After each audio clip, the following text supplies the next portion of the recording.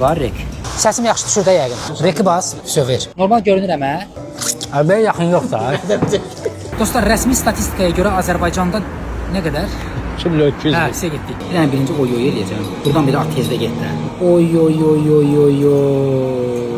Dəyişət, dəyişət. Bu bir. İkinci.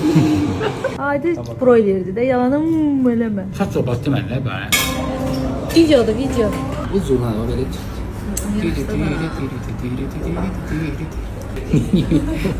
Buradan başlayıram. Sonra buradan başlayayım. Gəl səndən danışanda. Bakov deyim bunu şey eləsin, ölsün. Çox işləmək olmur, çox böyükdür. Ya bura ağız yerləşməz ya. Bunun bu boyda ağız var, nə var?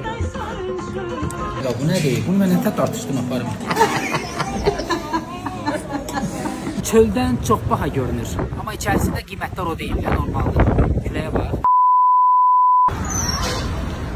Hayda, gün gözümü değişti. Azərbaycanlılar üşüyən olur da.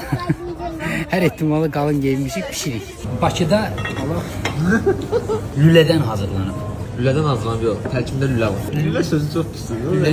Lüləli pizza. Lülə kabablı pizza. Sənənə.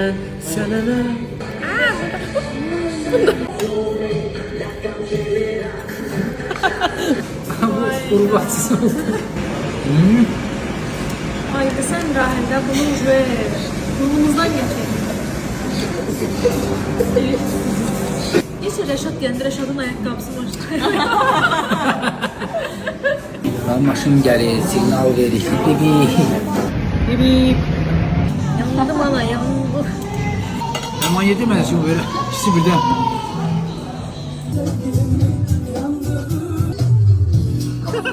Bu ne televizyon böyle. Yemek aydası necədir ya? Ay, steak yemişəm birdən iki bir böyle. Rahil öz sevgilisiyle boğuşur. Allah. Mən Gürcistan Azərbaycanlısıyam. Zəlimxan kimi. 2 nəfərlik limitsiz səhər yeməyi var Bakıda. Fotoğraf yoksa video. Ay. Təzə şal var.